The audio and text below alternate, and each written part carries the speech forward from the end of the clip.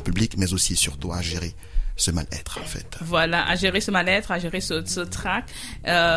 C'est normal d'avoir le trac quand on prend la parole en public, parce que prendre la parole en public, ça requiert aussi un niveau de responsabilité. Parce que quand on s'exprime en public, on s'expose, on prend des risques. C'est ça. Mais comment est-ce qu'on réussit, dans le coaching que tu fais, à nuancer, à amener les gens à faire, parce que les gens, il y en a qui ont, qui ont le trac, parce qu'effectivement, leur prise de parole peut avoir des conséquences. Bien sûr. Il y en a qui ont juste un trac parce que, trop de monde devant eux, c'est la panique et tout. Comment est-ce que tu réussis à les amener à sortir de leur coquille, mais à utiliser le bon trac pour pouvoir passer le message qu'ils ont à passer, mais aussi à avoir ce qu'on appelle une écoute active, parce qu'effectivement, quand on passe un message, il faut toujours observer son auditoire pour voir la réponse. Et la réponse doit nous permettre d'anticiper et d'ajuster notre discours. Oui, c'est ça. Comment est-ce que tu prépares les personnes qui travaillent avec toi dans ce sens-là? Ok. Déjà, je tiens à rappeler, comme je l'ai précisé tout à l'heure, c'est normal d'avoir le bon trac. Oui. C'est anormal de ne pas l'avoir et c'est surtout anormal d'avoir le mauvais trac. Donc, ce qu'il faille absolument combattre, c'est le mauvais trac. Maintenant, moi, à mes séminaires de formation, aux formations que j'offre à mon aimable clientèle, je leur donne des outils qui leur permettent non seulement de chasser définitivement le mauvais trac, mais aussi et surtout de ramener le bon trac à un trac léger, apaisé au doux.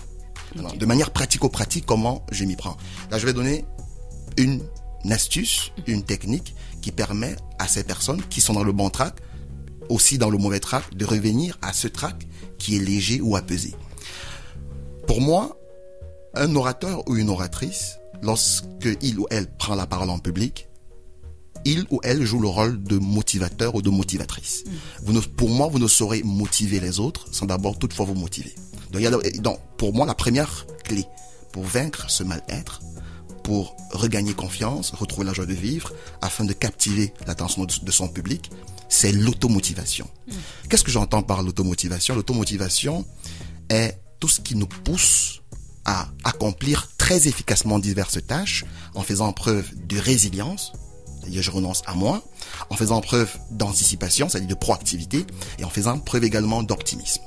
Et de manière pratique, il y a deux types d'automotivation. Il y a l'automotivation par méditation et l'automotivation par déclaration.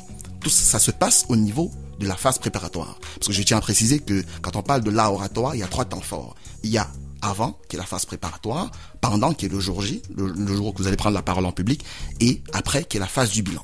Donc, pendant la phase préparatoire, il faut absolument pratiquer l'automotivation, parce que pour moi, vous ne saurez motiver les autres sans toutefois d'abord vous motiver. Donc, vous pratiquez l'automotivation par méditation.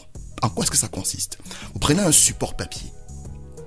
Vous écrivez sur ce support toutes les pensées positives qui viennent de votre homme intérieur. Comme quoi, je ne suis pas n'importe qui, j'ai de la valeur, je vais réussir ma présentation, je suis un guerrier, je suis un champion, je suis plus que victorieux. Donc vous écrivez toutes ces pensées positives. Après les avoir écrites, vous n'avez pas des pensées positives, vous devez les créer. Ces pensées positives doivent absolument venir de votre homme intérieur. Vous devez absolument les créer.